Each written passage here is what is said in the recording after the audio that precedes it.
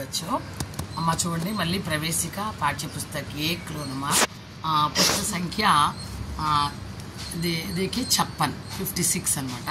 ఈ పేజ్ 56 లో ఇవేంటంటే కంఠస్థ దోహే అమ్మ 5 మార్కులకి ఇంపార్టెంట్ వీటిల్లోనే ఇస్తాడన్నమాట। ఇందులో ఇంతకు ముందు మనం కబీర్ దోహేలు చెప్పుకున్నాం, ఈ రహీం దోహేలు ఇవి బట్టి పట్టాలన్నమాట। చూడండి ఇక్కడ రహీం కే దోహే पावस देखी रहीम मन कोयल साधे मौन अब दादुर वक्ता भये हम कहे पूछत कौन। पावस देखी रहीम मन कोयल साधे मौन वर्षం పట్టం చూసి కోయల్ మౌనంగా ఉంది। अब दादुर वक्ता भये ఇప్పుడు నాది కాదు టైం, కప్పల వర్షం పడంగానే బెకబెకబెకబెకలాడతాయి। हम कहे पूछत कौन అంటే కొద్దిగా చెడ్డవాళ్ళు మాట్లాడే టైంలో, నలుగురు చెడ్డవాళ్ళు మాట్లాడే టైంలో ఒక మంచివాడు మౌనంగా ఉండటమే ఉత్తమం। ఇక్కడ చూడండి మంచివాడిని కోయలతో పోల్చారు, చెడ్డవాళ్ళని కప్పలతో పోల్చారు। కాబట్టి ఎందుకంటే అక్కడ వాడు మాట్లాడినా వాడి మాటలకి మంచివాడి మాటలకి విలువ ఉండదు, కాబట్టి మౌనంగా ఉండటమే ఉత్తమము అని ఇక్కడ రహీము చెప్పడం జరిగింది।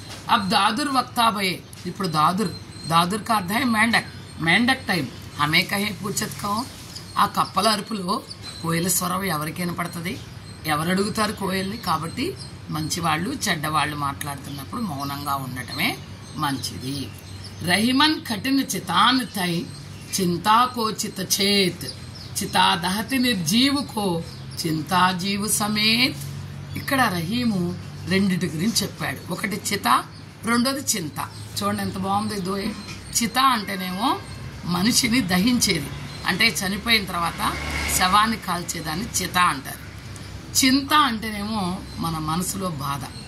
చూడండి మనసులో చింత అంటే బాధ, ఆ బాధ బతికుండంగానే మనం తగలబెట్టేస్తుందంట, అంటే మనల్ని దహించేసేస్తుంది। చిత అయితేనేమో చనిపోయిన వాళ్ళని దహిస్తుంది, చింత అయితేనేమో బతుకున్న వాళ్ళని దహిస్తాయి। కాబట్టి మనం ఎప్పుడు కూడా బాధపడుతూ ఉండకూడదు, మనసుని ప్రశాంతంగా ఉంచుకోవాలి అని చెప్పి ఇక్కడ చెప్పడం జరిగింది। निज कर क्रिया रहीम कही सिद्धि भावी के हाथ पासा अपने हाथ में दावना अपने हाथ। निज कर क्रिया रहीम ఇక్కడ కర్మ సిద్ధాంతాన్ని చెప్పాడు రహీం। ఏంటి నిజకర క్రియా రహీం కహి, రహీం ఏం చెప్తున్నా అంటే మీరు మీ పని చాలా చక్కగా చేయండి, మీరు పాస్ అవుతారా తప్పుతారా అది కాదు, మీరు బాగా చదవండి, మీరు చేయాల్సింది చేయండి। సిద్ధి భావికే హాత్ అది దేవుడి మీద భారం వేసేయండి, మీరు కష్టపడండి, ఫలితాన్ని మాత్రం మీరు ఆశించమాకండి, అంటే ఫలితాన్ని దేవుడు ఫలితం తర్వాత వస్తుంది।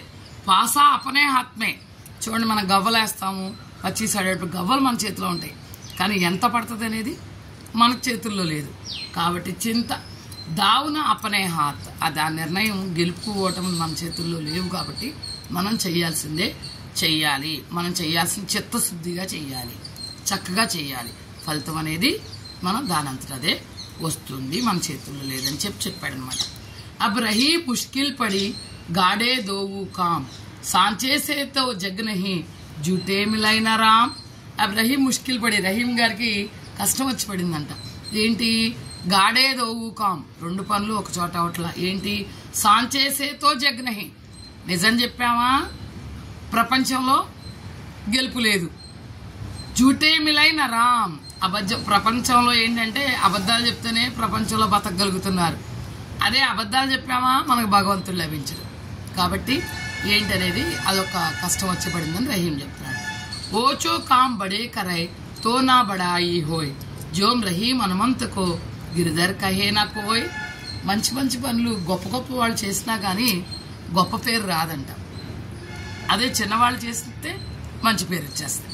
ఎలాగంటే ఆ రహీం ఏం చెప్తారు అంటే హనుమంతుడు అంటేనే బలానికి మారు పేరు కదా, బోళ్ళని కథలు హనుమంతుడి గురించి వింటాం, బోళ్ళని పర్వతాలు తీసుకుని వెళ్ళిపోతా ఉంటాడని అని మన రామాయణంలో ఇనున్నాం।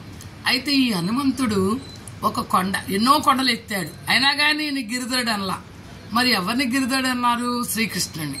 ఒక కొండే ఎత్తాడు, ఎన్నో కొండలు ఎత్తిన హనుమంతుడిని గిరిధరుడు అనలేదు, కానీ ఒక కొండే ఎత్తిన శ్రీకృష్ణుడిని గిరిధరుడు అన్నాడు। చూడండి ఎప్పుడు ఫస్ట్ వచ్చిన వాళ్ళనే మెచ్చుకోరు, హఠాత్తుగా ఎవరికైనా ఫస్ట్ వచ్చింది అనుకోండి చాలా గొప్పగా ఫీల్ అవుతారు, అదనమాట ఇక్కడ చెప్పాల్సిన సారాంశం।